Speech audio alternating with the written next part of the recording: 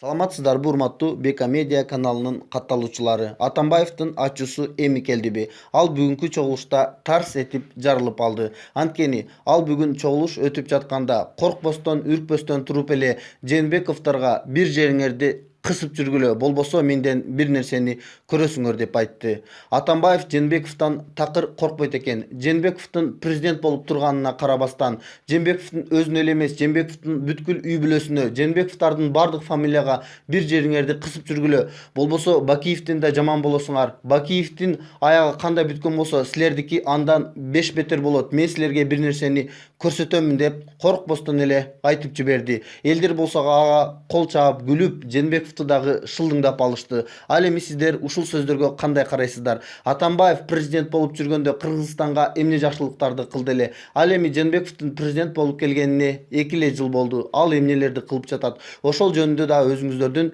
пикириңиздерди жазып кетиңиздер. Анткени жакында Атамбаев өзүнө ушунчалык ишенип турган болсо, ал чындап эле Бишкекте чүйдүн элин бардыгын көтөрүп, Жээнбековду кууп чыкканга даяр окшойт. Болбосо мындай сөздөрдү айта алмак эмес. Биздин каналга жазылып, дайыма биз менен бирге болуңуздар.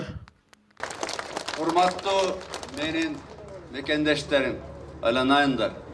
Мына Сапар Исаков менен Кубан Колматов камалганына 1 жыл 2 күн болду, 3 күн болду. Мага келип ошо 5-июнда айткан, экөө тең келип мага түштө келип айтты. Алмаз байке, бизди бүгүн камаган жатат деп. Мен айттым, күнөөңөр барбы? О күнөөбүз жок. Мен да айттым, күнөөңөр жок да кантип эле камасын дедим. Менден да кетти. Мен мынчалык булар айбан экенин билбептирмин. Жанымда 24 жыл жүргөн адамдын ушундай ичинин баары упулас экенин билбептирмин. Менин күнөөм. Бирок мен катачылыктарымды өзүм дайыма аңдойм. Ошо күнөөсүз балдар түрмөдө отурганча мен жанымды берем ачык айтып.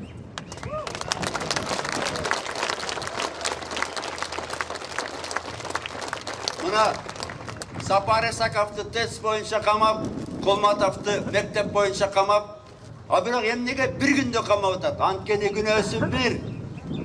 Райым миллионду иштен алып, таможняны могу Жээнбековский, Матраевский урларда жазалап баштаган. Ошон үчүн бир күндө камап атат. Калгандар корксун деп. Билесиңер, Колматов иштеп баштаганда, Ош таможнясына барып, проверка барганда бир күндө 10 эсе көбөйгөн заборлор. Бир күндө. Жылдын аягына дополнительно бир 200 миллион доллар элдин казынасына чөт деп Колматов айткан, Сапар Исаков экөөбүзгө. Анан кийин мына эмнеге Сооронбай мынчалык Райымдан коркуп атат? Анткени Райым анын көп былыгын билет да. Булар же Райымды да Икрамга окшотуп камаш керек, же өлтүрүш керек. Анткени Икрамды эмнеге камады? О черный касса 24 миллион доллар эрдеги штабка келген. Икрам алкылы келген да. Анан сүйлөп коебуз деп жөн эле камап салды. Анын деле камалганы 1 жылга жакындап калды. Бир да следствие эксперимент жүрө элек. Жөн эле отурат да мына. Бу колхоздун башкармасы мындай койдо эле тамдап, муну сойгула семискен дегендей, моунду камагыла деп камата берсе, биз коюп элек карап турган.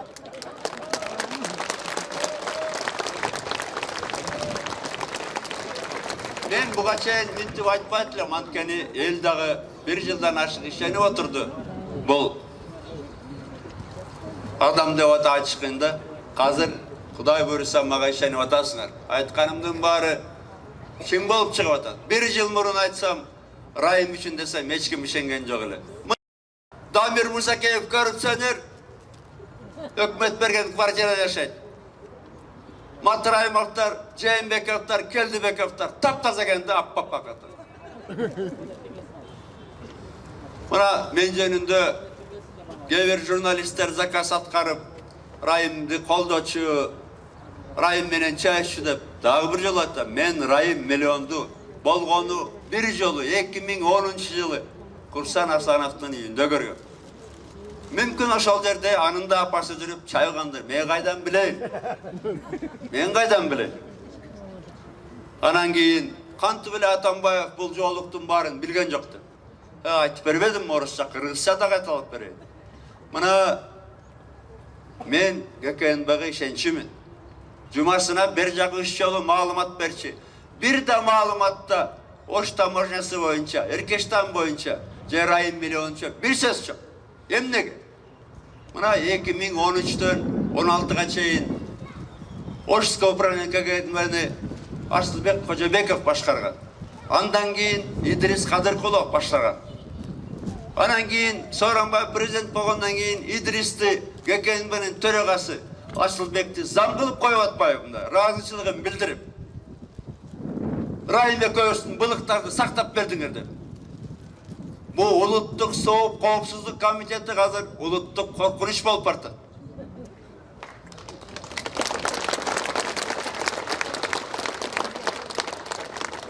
Албетте, ал жерде иштегендердин көпчүлүгү таза офицерлер. Мына антитеррористический центр дегени бар. Внешняя разведка, контрразведка. Бирок жанагы АКС деген баланы тезирээк ал жактан алып чыкпасак, саясий сыск менен, саясий укугун токтоо менен иштегендерди ошол жактан алып чыкпасак, бул чын эле булар могу Сооронбай элди бөлүп жарып атса, азыр ушу улуттук коопсуздук комитети жардам берип атат. Бөлүп жарганга, чындыкты айткандардын оозун жапканга жардам берип атат. Чакырып алып коркутуп.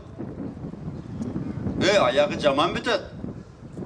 Мен дагы бир жолу кайталаймын. Эгерде биз Кыргызстанды колхоз деп ойлосоңор, бизди кой деп ойлосоңор, Бакиев деле ошентип ойлогон. Максим айтпады беле?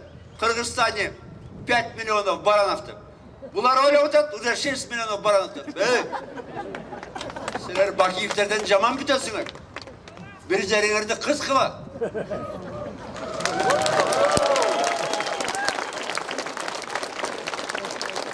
Мына мен ишибаганда Атамбаев Сооронбайды иштетпей атат, бийликке жылынып атат. Мен бийликти кааласам калып калмакмын экинчи мөөнөткө.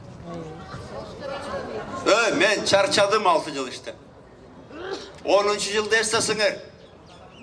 Свети жок, жолу жок, акча жок, суу жок. Мына зарплата мугалимдики 2000 болчу, милицияныкы 2000 болчу, врачтыкы 2000 болчу. Пенсия деле ошондой болчу. Мен баарын оңдоп кеттим. Армия жок болчу. Каримов согуш баштайм деп коркутуп. Анан мындай да, менин оюм мындай болчу да, жаштар келип иштесин. Мына 30-тагы премьер-министр Исаковду алып келген. Кээ бир министрлери 32-33-те болчу. Булар Кыргызстанды көтөрмөк да. Бу Сооронбай мага айткан, мен ушу акелик кылып эле жардам берип туралым. Чындыгында мунун ою бийлик менен акча экенди. Бийлик менен акча. Жакшылыкты унутсам Кудай урсун десе эле, Кудай урсун. Кудай урсун, Кудай бар. Анан кийин мына Атамбаев үйүнө жатпайбы сүйлөбү деп, анда ким сүйлөйт? Жанагы чимкириктер сүйлөйт. Албетте ал жакта 10 чактысы бар мына биз менен отурат. Калгандары чимкирикте эле салаңдап көгөрүп отурушат да коркуп. Мен мына айла жок чыгып атам. Анткени менин катамда болгон ушу Сооронбайга ишенгеним. Өз катамды өзүм оңдошум керек. Анан кийин бул Кыргыздын тарыхында деле бар да, билесиңер. Мына Жолой ханды алып келгенде жаштар күрөшкө чыккандан коркуп Кошо Аксакал чыккан. Мен да Аксакал болсом, айла жок чыгып атам мына ачык айтайын.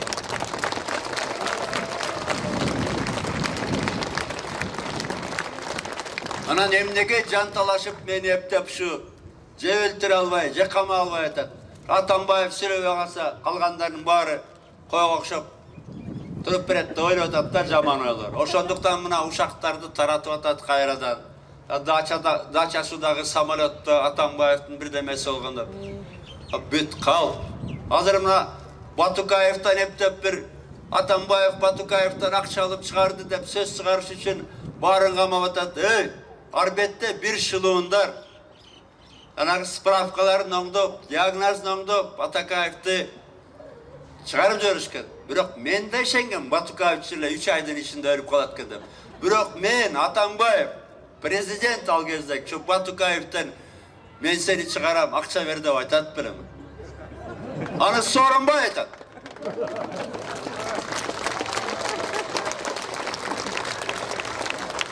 Anan sözümde ayağında urmatlı menin tuğandarım. Men mintep aytarlemda, men Kudaydan başka eştekeden korkpoyum. Meni kaygırıp atkan nerse uşu Atambayevka bir pakazaniya alabız dep günösü yok baldardı kamap atar.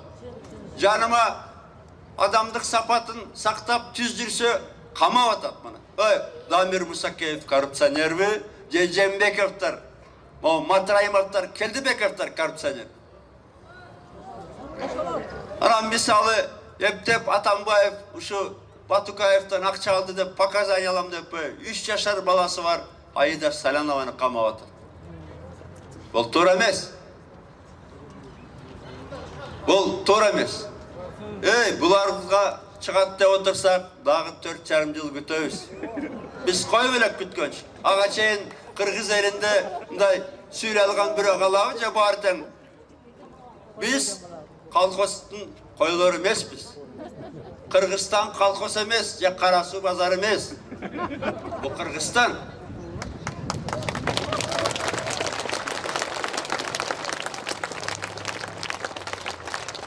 Oşonduktan bilmem. Buna men daima aytib жүрөм. Buna köp bulutlu Kırgızlar için, Kırgızlar için o tezelep yaşagança büzüngdü. Turu vergen artık. Turu vergen artık. Oşonduktan buna azırkı Sooronbay Jeenbekov. Ben bunu legitimdi prezident tap desep tabi. Antkenim o şaylığı ketken akçaların dokumentleri çıktı. Aytıp versin kimden aldı. Sen korrupsiya menen görüşesin mi? Ya oşu 30 milyon dolar akçalarını bergenlerge iştep beresin mi? İştep beresin görüp atabız. Toylatıp men Atambayev prezident kezinde yaşlanıp жүргөндөн hazır Kırgızistan'da başkarıp parlamentin töregası baş bolup bücüngde boşakta duruşat başlıklarını götürüp.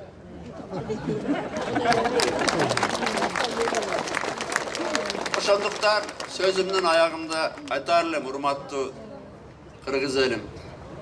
Bu hazırkı özüm bilemdik zökürlük toktavasa biz mından ağrı Sooronbay gette bile çıkağım saçıgat. Büt Çaykale'ye kalmış olduk. Buna Kırgızistan'dan çıkarılgan akçam çıkarılıptır. Oşu akçam menen koşu çoğaldıp çıkağım saçıgat. Bağırınızlarga gelip bergenler için daha bir yolu rahmat. Aman bol. Jamandıktı amandık çekin. Aman bolumuzlar rahmat.